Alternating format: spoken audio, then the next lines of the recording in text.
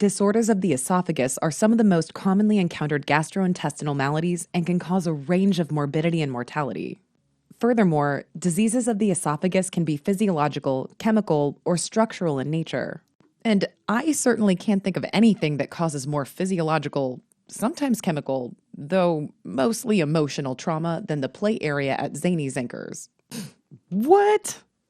You never had a birthday party at Zany Zinkers? Did you even have a childhood? Good times. That feeling you got when you wanted to get up and grab more dessert, but your thighs were adhered to the booth by some kind of mysterious, sticky stuff? Oh, that creepy guy who didn't come in with anyone, taking pictures in the back? Oh, shoot, that ball pit. Remember? If you didn't have a rash on some kind of mucosal surface after that, you weren't doing it right, my friends. All right, enough reminiscing. See the sign on the left? Zany Zinkers? We're going to start our discussion with Zenker's diverticulum. Before we get into the nitty-gritty, though, let's review the difference between true and false diverticula. A true diverticulum is an outpouching involving all of the layers of the esophagus, including the mucosa, submucosa, muscularis propria, and adventitia. A false diverticulum is caused by an area of weakness in the underlying muscle wall, leading to an outpouching of the mucosa and submucosa only, right through that muscle layer. Now that we know the difference, let's talk about Zenker diverticulum. This is a false diverticulum of the mucosa and submucosa in the upper esophagus near the posterior pharynx. So, false diverticulum, false teeth. Doink! We also tried to evoke an image of an outpouching of the upper posterior esophagus with the hood at the top and the back of the mascot's neck.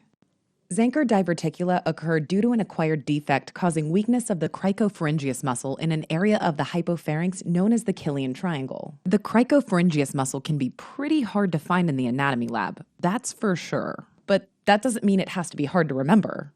See the phrase, kids go for fun? Kinda slant rhymes with cricopharyngeus. What a coinky-dink. And what's more fun than cheese pizza? Or, I think that's cheese? You know what? It's best not to think about it. This is for the kids, remember? So just hold your breath and take a bite. Patients with Zenker's diverticulum will present with painful swallowing, also called odynophagia, halitosis from entrapped food, and possibly even regurgitation of stuck food long after eating.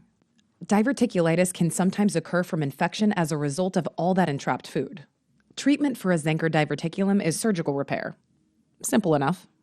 Moving down the esophagus, a more common esophageal structural defect is the hiatal hernia, which is an abnormality in the anatomy of the GE junction, which is where the esophagus meets the stomach. A hiatal hernia is characterized as a separation of the diaphragmatic crura and protrusion of the stomach into the thorax through a gap in the esophageal hiatus. Simply put, the stomach moves up past the diaphragm into an area where it doesn't belong. There are two types of hiatal hernia, differentiated by how the stomach herniates into the thorax, sliding and paraesophageal. And in this scene, they'll be embodied by this hiatal hit-a-mouse game. Just imagine those mouse heads popping up through your diaphragm. Actually, that's kind of a disturbing thought. First is the sliding hernia, which is the most common type. In a sliding hernia, the GE junction itself herniates backward through the esophageal hiatus up above the diaphragm, represented here by the junction of the mouse head and the spring protruding up, above the base. Paraesophageal hernias, on the other hand, are caused by the gastric cardia herniating around the gastroesophageal junction, which remains in place. In other words, the esophagus stays in place, but a pocket of tissue from the stomach sneaks beside it and pops up above the diaphragm. See how that little sleep cap is peeking through? Well, hello there, stomach. Regardless of the type, hiatal hernias present the same way, with symptoms of acid reflux and abdominal pain. You see, the diaphragm actually helps with the function of the lower esophageal sphincter. Displace that GE junction, and you've got a dysfunctional sphincter that lets acid reflux on through. Bubbly, bubbly. We'll go over the symptoms of GERD in just a little bit. Interestingly, treatment for hiatal hernias is essentially identical to that for GERD. Avoiding food or drugs that lower esophageal sphincter tone, such as coffee, chocolate, and large meals, is commonly the first step. Patients also benefit from H2 blockers, PPIs, and physically staying upright after meals. If nothing else works, surgical intervention via Nissen fundoplication is indicated. All right, The next two pathologies are caused by markedly increased intragastric pressure, generated by repeated vomiting or retching. The first is a Mallory-Weiss tear, which is a mucosal tear in the proximal stomach and the distal esophagus. And you know what? No night at Zanker's is complete without taking a plunge into the ball pit. Though here, we call it the marshmallow pit. The Mallory-Weiss marshmallow pit, if you will. All right, kids. Everyone out of the ball pit. We've got a bleeder. Every frickin' half hour, like clockwork. Anyways, just like the bloody streak on this esophageal slide, these lacerations are linear and longitudinal, and usually cross the gastroesophageal junction. That's right, the tear occurs at the very end of the esophagus, right into the stomach. Hence the trail of blood heading from the distal end of the slide, right into that stomach-shaped marshmallow pit. We're talking about a mucosal tear here, not a huge gash through the wall or anything. Bleeding in these patients comes from tears in the small submucosal arteries or venous plexuses. This has been attributed to increased pressure while vomiting. And in about 40 to 80% of patients, there's a history of heavy alcohol use. See the wasted repairman retching away over there? He's supposed to remind you of the retching that goes along with vomiting, putting all that pressure on the esophagus. Mallory-Weiss tears can also be caused by seizures, heavy lifting, or blunt abdominal trauma. Patients with symptomatic Mallory-Weiss tears present with a mild to moderate hematemesis, usually manifesting as blood streaks, and not the overt blood of massive hematemesis. Patients may also describe epigastric pain, hence the flying jump kick to the stomach. Most importantly, look for a history of coughing, retching, or vomiting that occurred before the onset of hematemesis. Zanker's pro tip number 1. You don't clean a ball pit, per se. A ball pit just kinda cleans itself. With use, the top balls make their way to the bottom ones rise, mix it up, turn a new leaf, or what have you. Voila! Fresh balls. Super severe tears in the esophagus produce Boerhaave syndrome. Just like the tear in this Boerhaave bounce house. This is a critical rupture of the entire thickness of the distal esophagus. In other words, a transmural tear, with subsequent leakage of esophageal contents and air into the mediastinum. At Sketchy, we represent the mediastinum as a mast between two pulmonary sails. And in this scene, that mast is seeing some major air leakage. The pathogenesis of Boerhaave syndrome is a sudden increase in intraesophageal pressure combined with the natural negative intrathoracic pressure. Although prolonged forceful vomiting or retching is the classic cause of Boerhaave syndrome, a significant number of patients will present without a history of vomiting. Risk factors for Boerhaave syndrome include eosinophilic esophagitis, medication-induced esophagitis, Barrett's esophagus, infectious ulcers, hiatal hernias, and iatrogenic events, such as complications from esophagoscopy. Hence the esophagoscopy periscope down below. In short, any condition that weakens the esophageal wall, like infection, inflammation, or structural defects, will make rupture of the esophagus that much more likely. Boerhaave syndrome is no joke. Patients will present with severe sharp chest pain and massive hematemesis, often vomiting frank blood.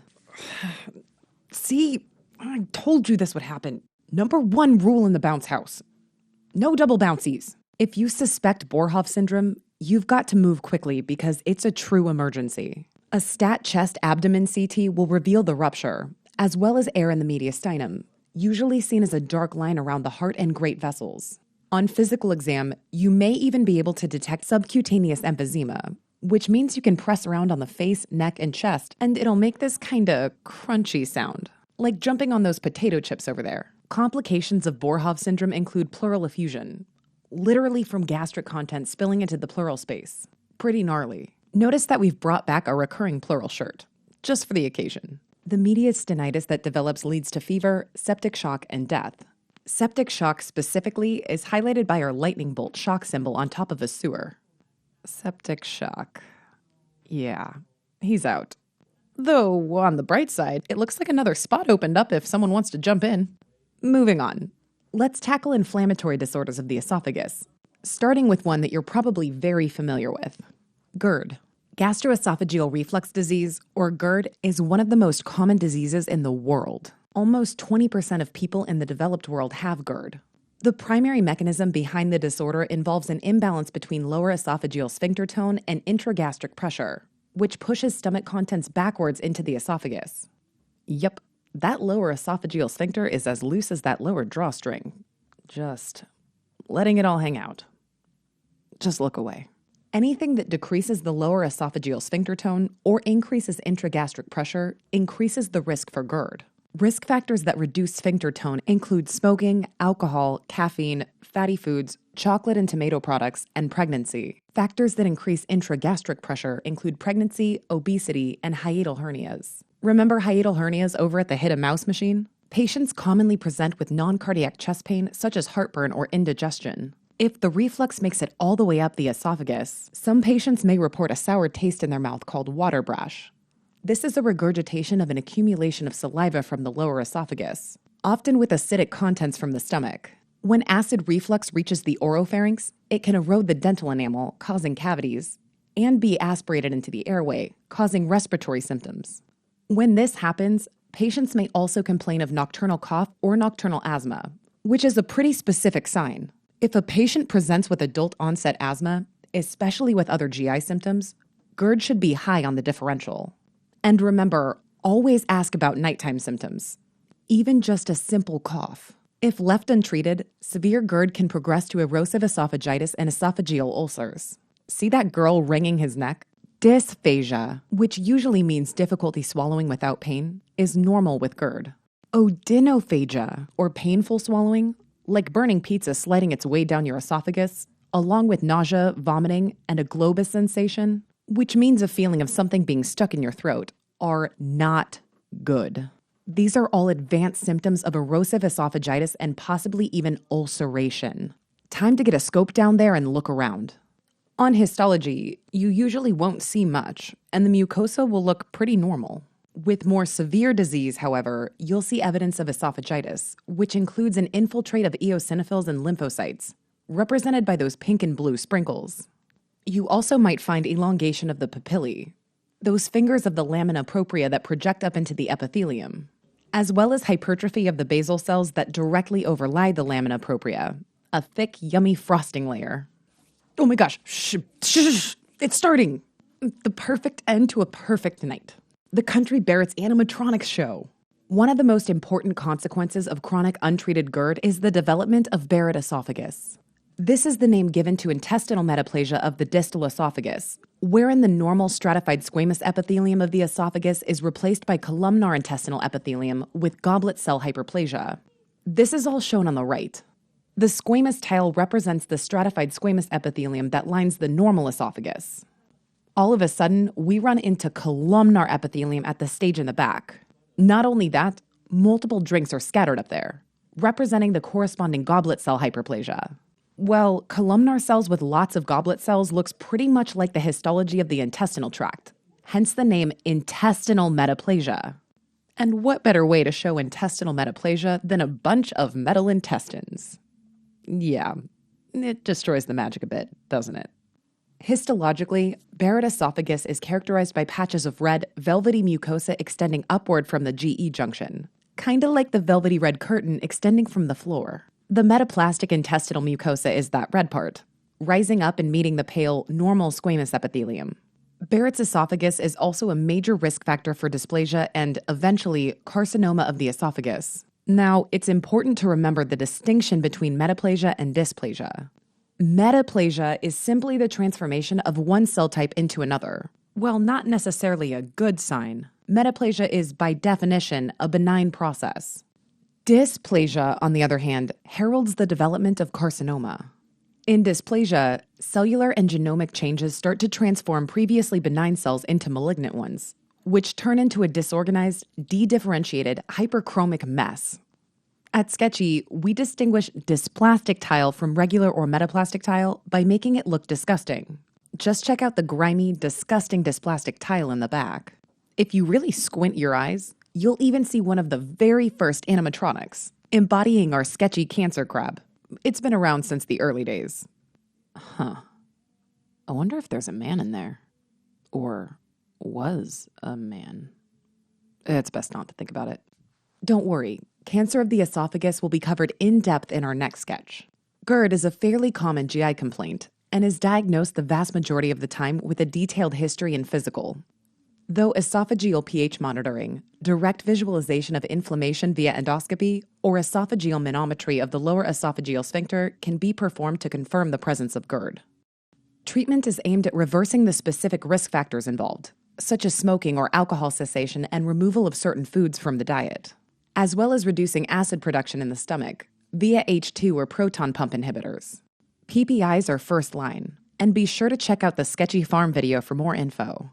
All PPIs share the common suffix prazole, so we've added a prazole parasol to the lady bear. Holy crap, those eyes haunt my dreams. One interesting disorder on the differential for GERD is eosinophilic esophagitis, or EOE for short. Eosinophils, as always, are embodied by our eosinophilic bilobed slingshot kid, ready to let those eosinophilic granules fly. Symptomatically, eosinophilic esophagitis presents pretty much the same way as really bad GERD. Dysphagia, food gets stuck, chest pain, upper abdominal pain maybe. These symptoms also tend to occur sometime after eating, just like in GERD. Eosinophilic esophagitis, however, is like GERD's weird chronic immune-mediated cousin. And fortunately, there are several crucial differences between GERD and EOE. First of all, EOE is often diagnosed in childhood, which makes age a significant differentiator as children are less frequently diagnosed with GERD compared to adults. Histologically, EOE differentiates itself by the epithelial infiltration of a large number of eosinophils, which can be seen far from the gastroesophageal junction, such as in the upper esophagus. This is in contrast to GERD, in which eosinophils, if seen at all, are confined to the GE junction. Finally, since EOE is an atopic disease, patients will often have other signs of atopy, including eczema, allergic rhinitis, asthma, or peripheral eosinophilia. Poor kid. Probably an allergic reaction to the bears. That's the last time he hugs a strange furry man. Just a good life lesson, really. Another big clue that you're dealing with eosinophilic esophagitis is that the symptoms are refractory to normal PPI therapy. So other therapies are usually employed, such as removal of offending foods, swallowed topical corticosteroids, and endoscopic dilation of the esophagus. So, to recap, disorders of the esophagus typically present with a characteristic constellation of symptoms: dysphagia, regurgitation, epigastric pain, etc. A Zenker diverticulum is a false diverticulum of the superior posterior pharynx and can lead to bad breath, regurg, and odynophagia. Told you gotta let that pizza cool off, son.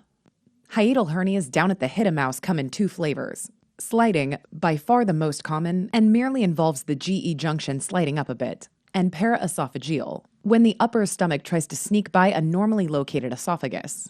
Both cause the typical symptoms of GERD, and while vomiting and retching are typically more annoying than anything, small mucosal tears, Mallory-Weiss tears, or devastating Boerhaave rupture can occur if severe enough. By far the most common esophageal pathology seen is GERD, which, remember, is an imbalance in LES tone and intragastric pressure. The most common risk factors are irritants such as smoking and alcohol, and structural issues such as obesity, pregnancy, and hiatal hernias. Epigastric burning, cough, and nocturnal asthma are pretty specific symptoms of GERD, and are usually treated with PPIs. I repeat, remember those nighttime symptoms. GERD should be watched closely, however, due to the chance of intestinal metaplasia, known as Barrett's esophagus, and development of adenocarcinoma. And while GERD is typically seen in adults, classic symptoms of GERD in a child should raise suspicion for eosinophilic esophagus, which can be notoriously difficult to treat. Well, the show must go on. So follow me over to the next sketch where we'll see what happens when this Barrett's jamboree really gets out of hand, leading to esophageal cancer. Speaking of which, we should probably check on that crab guy in the back before we go. Maybe if we tie his hands and legs to some string or something. Pass him off as an animatronic until closing.